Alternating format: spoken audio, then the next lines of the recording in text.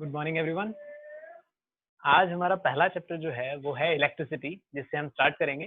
12th class का आपका first chapter electricity.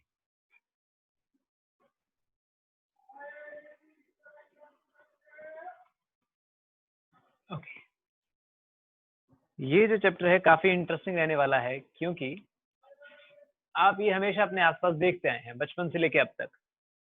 Ignore किया हो या आपने ढूंढा हो उस चीज के बारे में, वो बात और है, पर ये रहा हमेशा आपके साथ है। आप हमेशा इसे यूज करते आए हैं।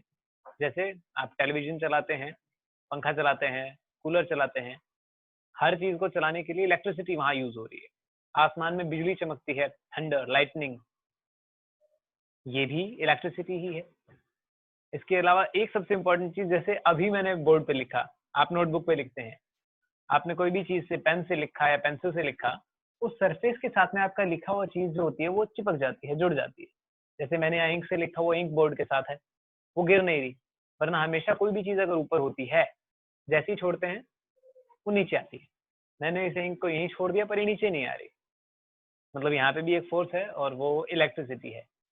हम उस चीज को अब आगे पढ़ेंगे। तो इलेक्ट्रिसिटी जो है बहुत बड़ा टॉपिक है अपने आप में। हम उसे कुछ पीसेस में करेंगे। तो पहला पार्ट जो हमारा शुरू होता है, that is by one branch, electrostatics. Electrostatics, इसके नाम से ही हमें पता चल जाता है कि हम इसमें पढ़ने क्या जा रहे हैं। इलेक्ट्रो का मतलब होता है यहाँ पर चार्जेस, और स्टैटिक्स का मतलब है रेस्ट। तो in electrostatics we will study the charges at rest। Charges के केस में हम क्या स्टडी करेंगे? चार्जेस की कुछ प्रॉपर्टीज, जैसे कि अब सबसे पहली चीज, चार्जेस को स्टडी करेंगे तो जो प्रॉपर्टीज पढ़नी है उससे पहले जरा चार्जेस देखिए क्या होता है। What is a charge? Charge is a property of matter. It is a property of matter. कैसी प्रॉपर्टी? Due to which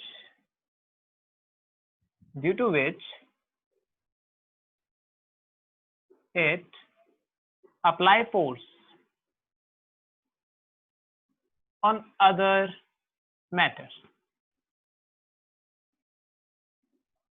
It is a property of matter due to which it apply force on other matter। तो अब इसके लिए हमें पता होना चाहिए मैटर क्या होता है। तो व्हाट इज मैटर? ऑब्वियस है, हर वो चीज जो स्पेस ऑक्यूपाई करती है, जगह घेरती है, और उसका कुछ मास होता है, वो मैटर है। मैं एक मैटर हूं, आप एक मैटर हैं, ये बोर्ड मैटर है, ठीक है, क्योंकि ये चीजें जगह घेर रही है। तो मतलब अगर कोई चीज ऐसी है जिसे रहने के लिए जगह नहीं चाहिए, जगह ऑक्यूपाई नहीं करती, और उसका कोई मास नहीं है, तो वो मैटर नहीं है। तो अगर मैटर नहीं है तो क्या उसके साथ प्रॉपर्टी ऑफ मैटर यानी कि चार्ज एसोसिएटेड होगा? नहीं होगा। मतलब अगर एक लाइट रे है, इसके केस में जो चार्ज होगा इट विल बी 0। रेज के साथ में कोई चार्ज जुड़ा हुआ नहीं होगा। ओके, तो चार्ज एक रे के साथ में कैसा है? 0 है। एक बेसिक चीज आप लोग पढ़ के आते हैं पहले से कि चार्जेस के टाइप्स क्या होते हैं। अभी जो चार्ज है प्रॉपर्टी तो है मैटर की, पर ये कैसा कैसा होता है, व्हाट आर इट्स टाइप्स? तो उसको लिख लेते हैं, टाइप्स ऑफ चार्जेस।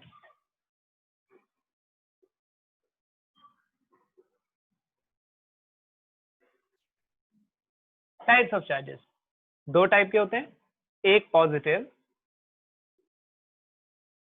दूसरा चार्ज जो होता है वो आपका नेगेटिव। ठीक है, there are two types of charges, positive and negative. तो अब ये जो चार्जेस हैं, हमने कहा मैटर के साथ एसोसिएटेड होते हैं। मैटर पे कैसे आ जाते हैं? क्या ये हमेशा रहते हैं? जैसे कि अगर मैंने कहा मैं मैटर हूं, आप भी मैटर हैं, तो क्या इस वक्त मेरी बॉडी पे कोई चार्ज है? अगर चार्ज है तो मैं इस बोर्ड पे फोर्स लगा रहा हूँ, इस पेन पे फोर्स लगा रहा हूँ, इस कैमरा पे फोर्स लगा रहा हूँ, पर कोई भी चीज इधर उधर नहीं जा रही।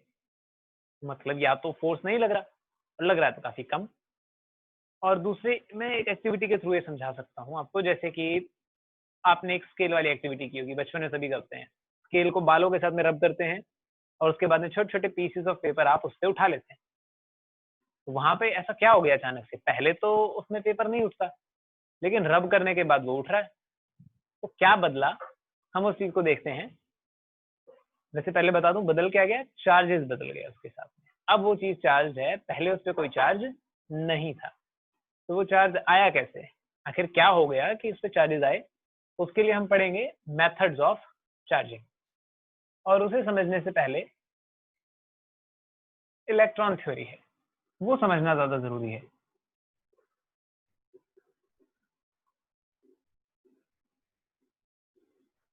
Electron theory, okay. इलेक्ट्रॉन से भी जानते हैं क्या होता है, हर पार्टिकल जो भी है वो एटम से मिलके बनता है। एटम्स के अंदर इलेक्ट्रॉन्स होते हैं और प्रोटॉन्स होते हैं और न्यूट्रॉन्स होते हैं।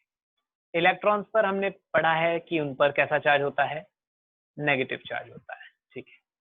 तो अगर किसी बॉडी को आप ऐसे देखते हैं तो एक एटम में जितने इलेक्ट्रॉन उतने ही प्रोटॉन्स, जितना माइनस उतना ही प्लस, तो टोटल चार्ज कितना हो गया, 0। तो हम उसमें अगर चार्जेस का इंबैलेंस क्रिएट करना चाहते हैं, उस पर नेगेटिव चार्ज चाहते हैं या पॉजिटिव चार्ज चाहते हैं, तो मुझे इलेक्ट्रॉन्स को कम या ज्यादा करना पड़ेगा, ठीक है। तो इलेक्ट्रॉन थ्योरी में उसी चीज के बारे में है कि जब आप किसी चीज पे चार्ज क्रिएट करते हो तो वो कैसे होता है। चलिए इसको मिटा देते हैं।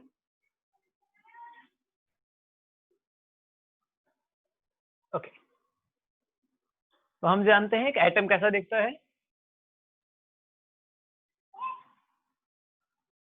पॉजिटिवली चार्ज न्यूक्लियस होता है और नेगेटिवली चार्ज इलेक्ट्रॉन्स इसके अबाउट घूम रहे होते हैं, रिवॉल्व कर रहे होते हैं। से ये एक इलेक्ट्रॉन ये रहा, दूसरा इलेक्ट्रॉन ये रहा। तो अगर इसमें 2 इलेक्ट्रॉन्स हैं तो प्रोटॉन्स भी कितने रहे होंगे, 2, नेट चार्ज 0। अब ये प्रोटॉन्स इसको अपने साथ बांधे हुए हैं, ठीक है, खींचे हुए हैं, ये इलेक्ट्रॉन इससे बाहर नहीं निकल पा रहा। लेकिन अगर मैं इसको उतनी ही एनर्जी दे दूं जितनी एनर्जी से ये बंधा हुआ है, तो ये इलेक्ट्रॉन इस सरफेस को छोड़ के बाहर आ जाएगा। एटम के अंदर से एक इलेक्ट्रॉन कम हो गया। तो अब यहाँ पे क्या हो गया, 2 प्लस और 1 माइनस। नेट चार्ज कितना आया है यहाँ से, 2 प्लस और 1 माइनस, +1 चार्ज आ गया। मतलब अब ये बॉडी चार्ज हो गई। तो चार्जिंग के लिए आपने क्या करना पड़ेगा, एनर्जी देनी पड़ेगी। एक सरफेस से इलेक्ट्रॉन निकला, किसी और सरफेस पे जाएगा, किसी और एटम पर जाएगा और वहां पे दूसरा चार्ज क्रिएट करेगा। तो अब यहां से थोड़ा समझना आसान है। मेथड्स देखते हैं, वहां से चीजें क्लियर होंगी। मेथड्स ऑफ चार्जिंग,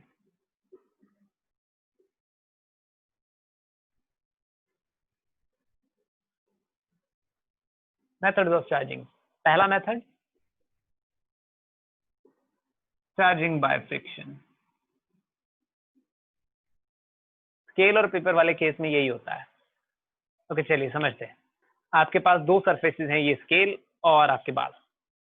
आप जब इन्हें रब करते हैं, ठीक है, एटम्स इसके पास भी हैं, बालों में भी एटम्स हैं, तो दोनों के पास में इक्वल इलेक्ट्रॉन और प्रोटॉन है, दोनों न्यूट्रल।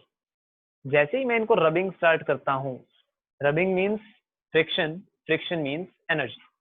तो जैसे ही यहाँ पे कुछ एनर्जी आ जाएगी तो इनमें से कोई एक जिसको कम एनर्जी की जरूरत थी, उसके इलेक्ट्रॉन्स जंप आउट करेंगे, दूसरे सरफेस पर आ जाएंगे। समझ रहे हैं? तो मतलब क्या होगा, एक सरफेस से इलेक्ट्रॉन निकले, दूसरे सरफेस पे गए, जहां से निकले वहां पे एक्स्ट्रा प्रोटॉन है, यानी कि पॉजिटिव चार्ज आ गया, और दूसरे सरफेस पे जहां भी पहुंचे होंगे वहां पर एक एक्स्ट्रा इलेक्ट्रॉन आ गया, मतलब वहां पर नेगेटिव चार्ज क्रिएट हुआ है। तो charges are created in pair. एक बात ये यहाँ से समझ में आ रही है कि जब आप चार्ज क्रिएट करते हैं बाय फ्रिक्शन, तो ठीक उतने ही अमाउंट के 2 चार्जेस बनेंगे। 1 अमाउंट के हमारे पास अभी 2 चार्जेस बन रहे हैं, एक प्लस और एक माइनस। टोटल चार्ज अभी अगर देखें तो सिस्टम का टोटल चार्ज क्या है, +1 -1 0। तो मतलब हम यहाँ से एक चीज कह सकते हैं कि चार्ज को आप क्रिएट नहीं कर पाए, आपने एक्चुअली जस्ट ट्रांसफर किया इधर से उधर। So we can not create charge और we can't destroy it also. पर एक प्रॉपर्टी हम आगे पढ़ेंगे तो वहाँ पे हमें इस चीज़ को थोड़ा सा मॉडिफाई करना पड़ेगा। तो मैं पहले ही कह देता हूँ, तो क्या होता है एक्चुअली, आप चार्जेस जो टोटल चार्जेस सिस्टम का उसको चेंज नहीं कर सकते, ये बेटर है। टोटल चार्जेस रिमेन सेम, ये प्रिंसिपल ऑफ कंजर्वेशन हम यूज करेंगे कि टोटल चार्ज जो है वो सिस्टम का हमेशा सेम बना रहेगा। Means charge before any event and after any event should remain the same. Okay, charging by friction. दूसरा मेथड आता है आपके पास में, चार्जिंग बाय इंडक्शन।